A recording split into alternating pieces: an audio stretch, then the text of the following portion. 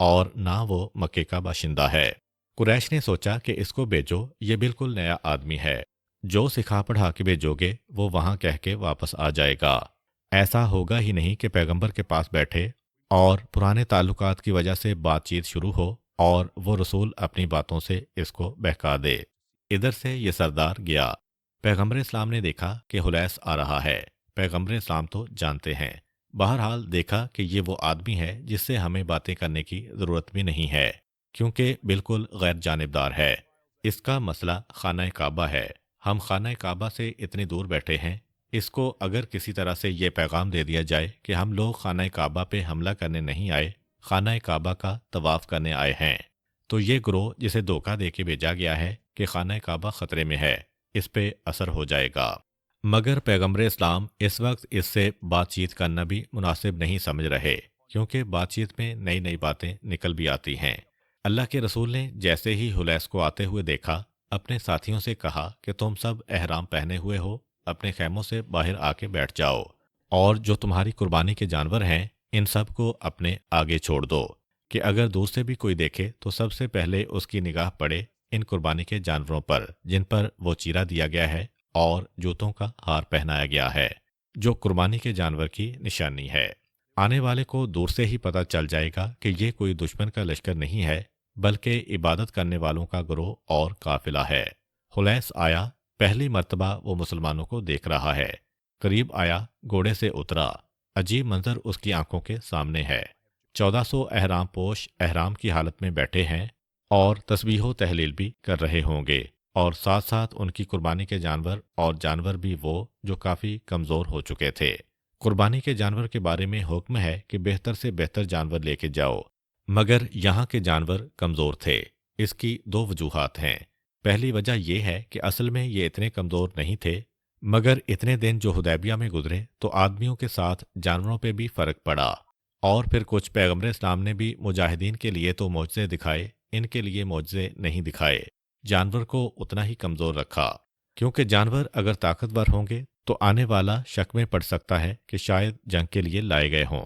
دھوکہ دینے کے لیے اس پہ قربانی کی نشانی لگائی ہے، لیکن جب دیکھا کہ اتنے کمزور جانور ہیں کہ ہڈیاں نظر آ رہی ہیں تو وہ سمجھ جائے گا کہ یہ میدان جنگ میں تو کام آ ہی نہیں سکتے۔ پیغمبر اسلام نے بہترین طریقے سے مسلمانوں کا مقصد دشمن پہ واضح کر دیا۔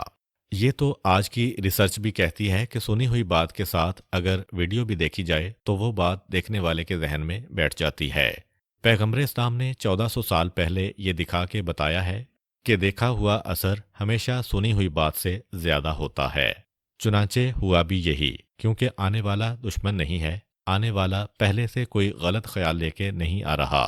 جیسے ہی اس نے دیکھا تو گھبرا گیا۔ احرام پہنے ہوئے مجاہدین جو مصروف عبادت ہیں، اور جانور جو اتنے کمزور ہیں کہ ایک دوسرے کے بال تک نوچ رہے ہیں بھوک کی وجہ سے، کچھ بھی نہ کہا اس نے، قریب تک نہیں آیا مسلمانوں کے، گھوڑے پر بیٹھ کر اسے واپس کیا اور سیدھا مکہ پہنچا۔ سرداران قریش حیران ہو گئے کہ ارے تم گئے کب اور واپس کب آ گئے؟ ہوا کیا، اتنی جلدی کیسے واپس آ گئے؟ کچھ کے دل میں خیال پیدا ہوا کہ ایسا لگ رہا ہے کہ مسلمانوں نے اسے ذلیل کر کے نکال دیا ہے، اب تو ہمارا آدھا مقصد پورا ہو گیا۔ حلیس گھوڑے سے اترا، حرم کے صحن میں داخل ہوا اور کہا کہ تم نے مجھے کن کے پاس بھیج دیا تھا؟ اتنے نیک اور مقدس لوگ میں دیکھ کے آیا ہوں، اور ان کے ساتھ جو جانور ہیں وہ اتنے بھوکے اور کمزور ہیں کہ جانور ایک دوسرے کے بال تک کھا رہے ہیں۔ میں تو یقین کر ہی نہیں سکتا کہ یہ لوگ مکہ پہ حملہ کرنے آئے ہیں۔ یہ دشمنوں کا لشکر نہیں ہے، یہ حملہ کرنے والوں کا لشکر نہیں ہے۔ سردار قریش ابو سفیان نے جب یہ سنا تو جلال میں آ گیا، کہا کہ ہاں تم عرب کے پست قبیلے سے تعلق رکھتے ہو، قریشی ہوتے تو کبھی یہ بات نہ کرتے۔ اے ذلیل و پست قبیلے سے تعلق رکھنے والے، ان سے دھوکہ کھا کے آ گئے۔ یہ جو سنا تو حلیس کا غصہ پڑ گیا اور کہا کہ تم نے کیا سمجھ کے یہ بات کی ہے؟ ہم تمہارے غلام نہیں ہیں، ہم نے تو صرف اس وعدے پر یہ عہد کیا تھا کہ مکہ اور کعبہ خطرے میں ہوگا تو ہم تمہارا ساتھ دیں گے۔ ہمارے معاہدے میں یہ نہیں ہے کہ اگر کوئی کعبے کا طواف اور زیارت کرنے آئے ہم اس سے دشمنی کریں۔ بس خبردار، اگر تم نے ان کا راستہ روکنے کی کوشش کی تو ہم ان کا مقابلہ تو دور کی بات، الٹا ان کے ساتھ شامل ہو کے تم سے مقابلہ کریں گے۔ اس لیے کہ ظاہرین کعبہ پر ہم حملہ نہیں کرنا چاہتے ہیں، ہم کعبہ کے دشمنوں پر حملہ کرنا چاہتے ہیں۔ اگر کوئی کعبہ پر حملہ کرے تو ہماری خدمت حاضر ہے۔ ایک دم مکہ کا ماحول ہی بدل کے رہ گیا۔ اسے لے کے آئے تھے اس نیت کے ساتھ کہ اس کو استعمال کریں گے میدان میں اور مسلمانوں کو شکست دیں گے۔ آج وہی مسلمانوں کی حمایت کر رہا ہے۔ چلیں، وہ پہلا قاصد تو مسلمانوں سے پرانے تعلقات رکھتا تھا، یہ تو بالکل ہی غیر جانبدار آدمی تھا۔ جلدی سے ابو سفیان کھڑا ہوا، آگے جا کے صلح صفائی کی بات کی، اس کے غصے کو ٹھنڈا کر کے اسے بٹھایا گیا۔ اب وہ لوگ سٹپٹائے، پریشان ہوئے کہ 2 آدمی ہم نے بیچے اور دونوں ایسے کے نتیجے میں ہمارا ہی اپنے قاصد سے اختلاف ہو گیا، اب کیا جائے؟ عروہ بن مسعود ثقفی بھی یہاں موجود تھے۔ قریش نے ان سے کہا کہ اب آپ جیسا شخص ہی آگے بڑھ سکتا ہے۔ یہ عروہ بن مسعود اتنی بڑی شخصیت مانی جاتی تھی کہ جب پیغمبر اسلام نے اعلان رسالت کیا اور قرآن کریم کے نزول کے بارے میں بتایا تو مکہ کے لوگ یہ کہتے تھے کہ اگر قرآن نازل ہونا تھا تو ایک یتیم اور نعوذ باللہ مفلس آدمی پر کیوں نازل کیا گیا؟ یہ مکہ یا طائف کے عظیم لوگوں میں سے کسی پر نازل ہونا چاہیے تھا۔ اور ان لوگوں کا اشارہ کس کی طرف تھا؟ مکہ میں وہ ولید اور عتبہ جیسے افراد کو اس قابل سمجھتے تھے، اور طائف میں صرف یہ عروہ بن مسعود وہ شخصیت تھے کہ جن کے بارے میں ان کا یہ خیال تھا۔ عروہ ابن مسعود اتنی اہم شخصیت تھی قریش کے ہاں کہ وہ یہ کہتے تھے کہ اگر خدا اسے نبی بنا کے بھیجتا ہم اس کی نبوت کو فوراً مان لیتے، کیونکہ یہ بڑا آدمی ہے۔ عروہ ابن مسعود اب یہاں بیٹھے ہوئے ہیں، وہ کسی کام سے آئے ہوئے ہیں، اور کام یہ ہے کہ ان کے قبیلے میں 2 ایسے خاندان ہیں جن کا آپس میں جھگڑا ہو گیا ہے، وہ اس مسئلے کو سلجھانے کے لیے مکہ میں آئے ہوئے ہیں۔ ایک مرتبہ سردار مکہ ابو سفیان نے کہا کہ اے عروہ ابن مسعود، ہمارے پہلے 2 قاصد تو بالکل ناکام ہو گئے، اب آپ کی شخصیت دولت کے اعتبار سے بھی اور شہرت کے اعتبار سے بھی ایسی ہے کہ آپ ہی ہمارے قاصد بنے۔ عروہ ابن مسعود کھڑا ہوا اور سارے قریشی سرداروں کو مخاطب کیا اور کہا کہ میں چلا تو جاؤں، لیکن یہ بتاؤ کہ کیا تم لوگ میری بات کو مانو گے؟ سب نے کہا مانیں گے۔ کہا پہلے والوں کی طرح مجھے ذلیل تو نہیں کرو گے؟ کہا کہ نہیں، ہم آپ کو زبان دیتے ہیں۔ اب عروہ ابن مسعود ثقفی چلے۔ یہ ذہن میں رہے کہ عمر میں یہ پیغمبر اسلام کے تقریباً برابر بلکہ کچھ زیادہ ہی ہے، اور شہرت اور احترام اسے پورے عرب میں حاصل ہے، یہ خدمت رسالت میں پہنچتا ہے۔ پیغمبر اسلام نے کہا کہ اے مسلمانوں، یہ جو آنے والا آ رہا ہے اسے احترام کے ساتھ لے کے آؤ۔